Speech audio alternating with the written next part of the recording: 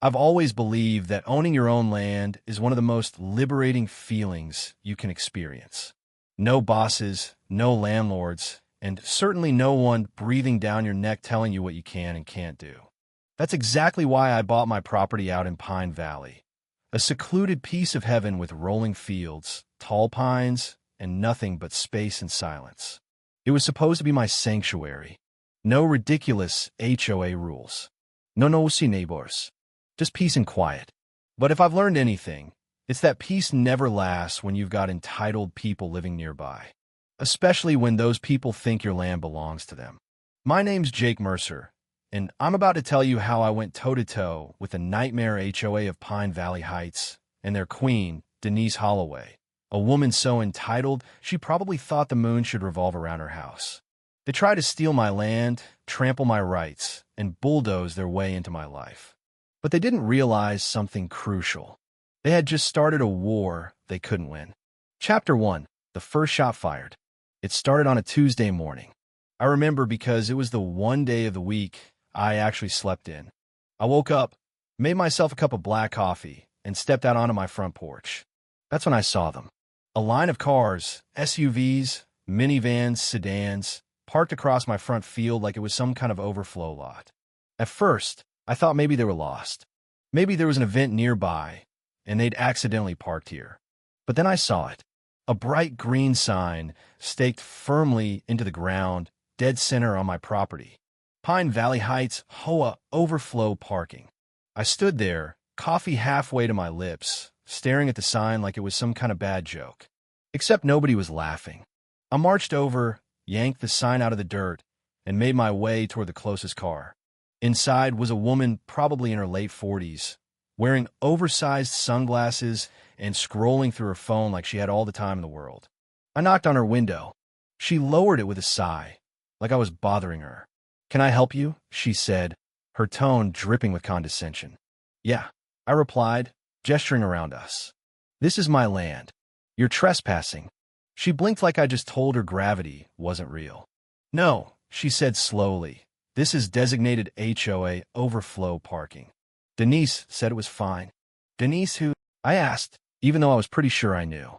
"Denise Holloway," she said, rolling her eyes. "President of the Pine Valley Heights HOA. I clenched my jaw. Well, Denise was wrong. You're on private property, and you need to move your car. She frowned like I was being unreasonable, but finally huffed, started her car, and drove off. I pulled out my phone and took photos of every car still there, including their plates. This wasn't over. Chapter 2. Trespassers and Trailblazers. That afternoon, I walked my property to see if there was more damage. Turns out there was. A worn dirt path snaked through my fields, like cars had been driving across it regularly. Joggers were using my private trails like it was a community track. And then I saw it, the picnic. A whole family had set up shop on my land. Lawn chairs, picnic baskets, kids playing frisbee. It looked like a scene out of a Norman Rockwell painting. Only this wasn't a park. It was my front yard. I approached them calmly. "Afternoon," I said. "You do realize this is private property, right?" The dad, wearing a Pine Valley Heights HOA polo, looked up from his sandwich and shrugged. "Well, technically, this has always been a community space," he said casually. I raised an eyebrow. "Used by who?" "By the neighborhood," he answered like it was obvious. "We've always had access." I glanced around. More signs. More people. Even a wooden post with a map tacked onto it. An official-looking HOA map. And wouldn't you know it? My land was labeled Community Green Space. That's when I knew this wasn't ignorance. This was deliberate. I ripped the map off the post and stormed home. I wasn't about to let Denise and her cronies get away with this. Chapter 3. Enter the Queen of Entitlement. The next morning, I walked straight into the Pine Valley Heights Community Center, a sterile building that looked like a cross between a DMV and a retirement home. Past the board receptionist, past the gossiping board members, and straight to the glass-walled office where Denise Holloway reigned supreme. She sat behind a massive oak desk, her platinum blonde hair perfectly coiffed, wearing a power suit that screamed, "I run this town." I slapped the stolen HOA map and parking sign on her desk. "Care to explain this?" I asked. She didn't even flinch.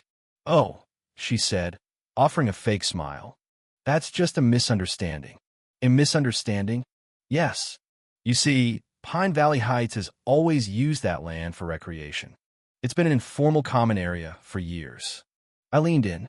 Informal doesn't mean legal, Denise. That's my land. Well, she replied sweetly, technically, that's debatable.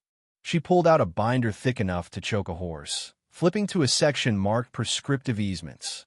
Denise explained that the HOA had maintained the space for years, so they had the right to request legal easement. She thought throwing around legal jargon would scare me. It didn't. An easement requires a court ruling, I said, and you don't have one. Her smile faltered for half a second before she plastered it back on. We're willing to negotiate, she offered. Shared access. A small fee. I laughed. You think I'm going to rent my land to an HOA I'm not even part of? Her eyes hardened. The board's already approved an assessment. If you refuse, we'll pursue legal action. I stepped closer. Go ahead. And when you do, I'll make sure a judge sees these fraudulent maps and signs. Denise didn't respond, but I knew this wasn't over. Chapter 4. The Escalation. 2 days later, I got an official-looking letter in the mail. Red envelope. Goldsel. Pine Valley Heights, HOA Legal Department. There is no legal department, by the way. But Denise wanted to play pretend. Inside was a list of fines. $500 for blocking community access. $750 for non-compliance with aesthetic guidelines. $11,000 for interference with community functionality. I nearly choked on my coffee. They were threatening to put a lien on my property. My private, HOA-free property. I ignored the letter, and that drove them crazy. 2 days later, 4 HOA board members stood at the edge of my driveway. Clipboard lady, Denise's right-hand woman, a dude in a golf visor, and 2 others trying to look important. We're here to discuss your ongoing violations, Clipboard said. You mean how I'm not letting you steal my land? I replied. The board voted to move forward with an easement review, she snapped. Good luck, I said. Step foot on my land again, and I'll have you arrested for trespassing. They backed off, but I knew Denise wasn't done. Chapter 5. The Final Straw. Denise's next move wasn't just bold. It was criminal. I got a voicemail from a real estate agent named Greg. Hi, just following up on your interest in purchasing a premium lot at Pine Valley Heights. I called him back. You left me a message about buying land, I said. I already own property here. Oh, Greg said awkwardly. I have you listed as a potential buyer for our new recreational spaces. What recreational spaces? He fumbled with papers.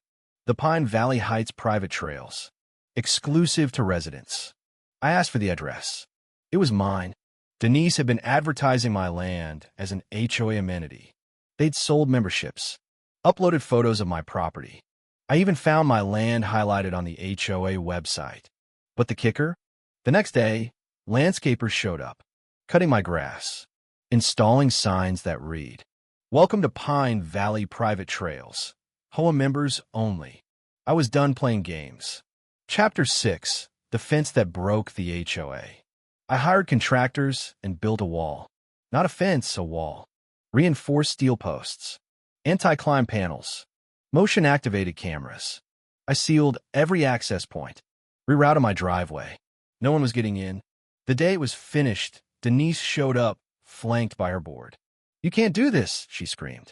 This is my land, I said. You're trespassing. I handed her a thick envelope. A cease and desist order. And a lawsuit. Chapter 7. The Fall of Denise Holloway. When the lawsuit hit, Denise's house of cards collapsed. Investigators found forged signatures, embezzled funds, and illegal sales of property she didn't own. Homeowners turned on her. Lawsuits piled up. The Pine Valley Heights HOA dissolved within weeks. Denise? She lost everything. Her job, her house, and eventually her freedom. The judge gave her 3 years in prison for fraud and forgery. And the HOA? Gone for good. Epilogue, peace at last. These days, I walk my land in peace. No llagues. No parked cars. No indicted neighbors. just the sound of the wind in the pines. And every time I pass Denise's old house, now empty, foreclosure notice in the window, I smile. Because in the end, I didn't just win. I made sure they could never pull that crap on anyone else ever again.